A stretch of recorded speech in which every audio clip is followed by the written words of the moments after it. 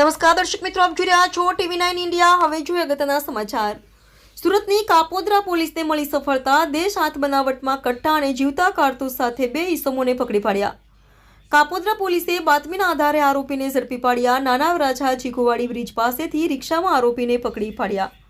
આરોપીઓ અને અન્ય ઈસમને કટ્ટા વેચવા લાવ્યો હતો। આરોપી પાસેથી બે હાથ બનાવટના કટ્ટા, 3 કારતૂસ, 3 મોબાઈલ અને 1 રિક્ષા કબજે કરી। કાપોદ્રા પોલીસે આરોપી પાસેથી 3.20 લાખથી વધુનો મુદ્દામાલ કબજે કર્યો।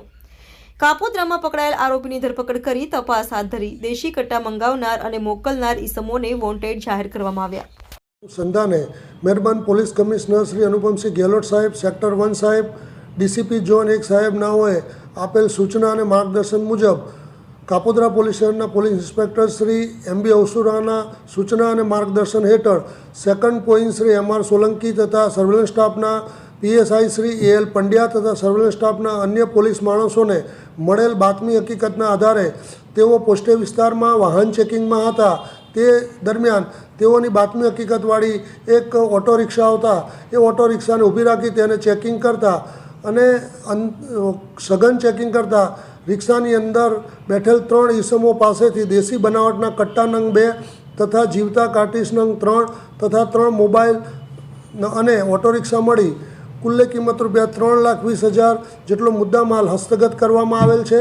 અને આ અનુસંધાને કાપોદ્રા પોલીસ સ્ટેશન ખાતે આર્મ્સ એક્ટ હેઠળનો ગુનો રજીસ્ટર કરવામાં આવેલ છે અને આ ગુનાની તપાસ સર્વેલન્સ સ્ટાફના પોસબ શ્રી AL પંડ્યા સાહેબ નાઓ કરી રહેલ છે।